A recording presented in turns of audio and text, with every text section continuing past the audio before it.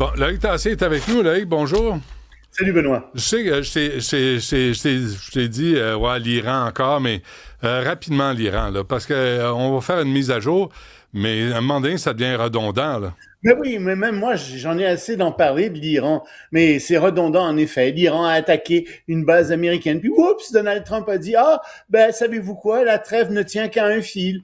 Puis les pays des alentours disent, c'est terrible, vous avez, l'Iran a bombardé une base, une base du Koweït, une base américaine au Koweït avec un missile balistique. C'est épouvantable. Ben oui, mais ça se règle pas. Puis c'est un incompétent qui est à la tête des États-Unis. Et de l'Iran.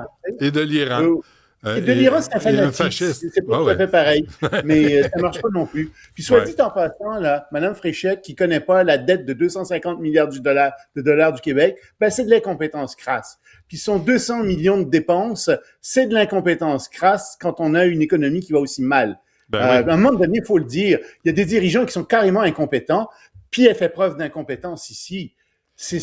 Mais tu le dis bien, là, c'est parce que si ta carte de crédit est loadée, tu t'offres pas des cadeaux à tout le monde.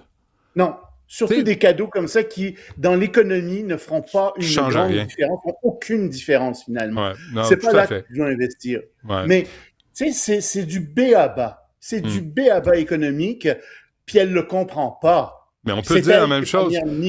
Mais moi, je trouve ça épouvantable. Tu peux dire la même chose du ministre des Finances, là, qui a mis 3,5 milliards en 2022 en coupons cadeaux pour qu'on vote pour la CAQ. Puis aujourd'hui, moi, j'ai calculé vite, depuis qu'il est ministre des Finances, il y en a eu pour 62 milliards de déficit. Tu veux en rajouter? Nordvolt, j'ai écrit un article dans le Journal de Montréal là-dessus quand la nouvelle est sortie. J'ai fait une recherche de quelques heures sur Internet. Je me suis rendu compte que ça tenait pas debout, Nordvolt, que c'était un risque extrêmement élevé.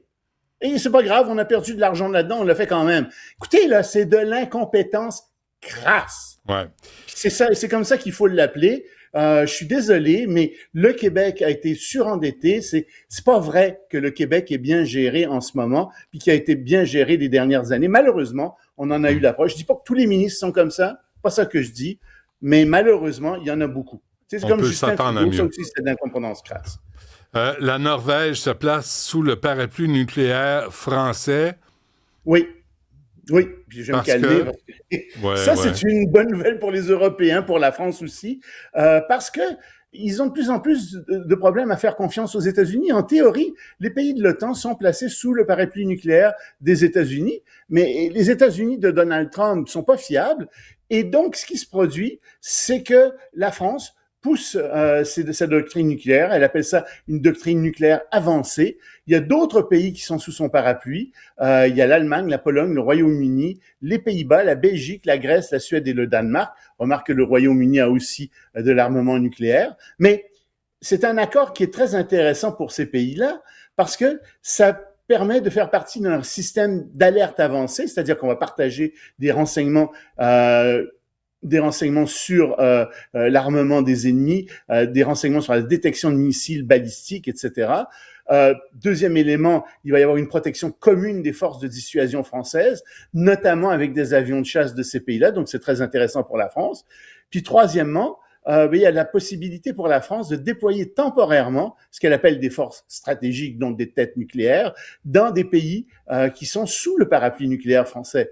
Donc, c'est très, très intéressant pour la France. Ça augmente sa puissance, ça protège les gens en même temps, les autres pays en même temps. Et donc, il faut se rappeler aussi là-dedans que la France conserve son pouvoir ultime d'usage de la force nucléaire. C'est pas les pays qu'elle protège qui ont ce pouvoir-là. On comprend un peu pourquoi, parce que si jamais elle décide de l'utiliser, la France met en péril toutes ses villes, tout son territoire aussi. Mais donc, tout ça, ça renforce la construction d'un système de défense européen autonome. Et merci à Trump, c'est ce que Trump est en train de faire. Oui, payez pour votre protection. Avant qu'on se quitte, Loïc, est-ce qu'on va assister à The Bay of Pigs 2.0? Écoute, on ne sait pas ce qui se passe avec Cuba en ce moment. Selon le site Axios, le gouvernement américain s'attendrait à une chute du régime cubain. Et donc, il aurait même des plans pour envoyer sur le sol l'armée américaine si le pays tombaient dans le chaos, sombraient dans le chaos. Et les autorités américaines voudraient que ce renversement survienne une fois le conflit en Iran réglé. Bonne chance.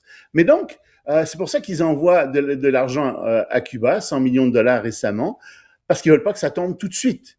Mais ils vont continuer à étrangler Cuba. Ils regardent l'été qui arrive en se disant, les températures vont hausser, donc ils vont avoir des problèmes de conservation des aliments parce qu'il n'y a pas d'énergie pour réfrigérer. Donc, il va y avoir des famines, littéralement. Donc, les gens vont descendre dans la rue puis ils vont vouloir renverser le régime. C'est exactement à ça qu'ils pensent.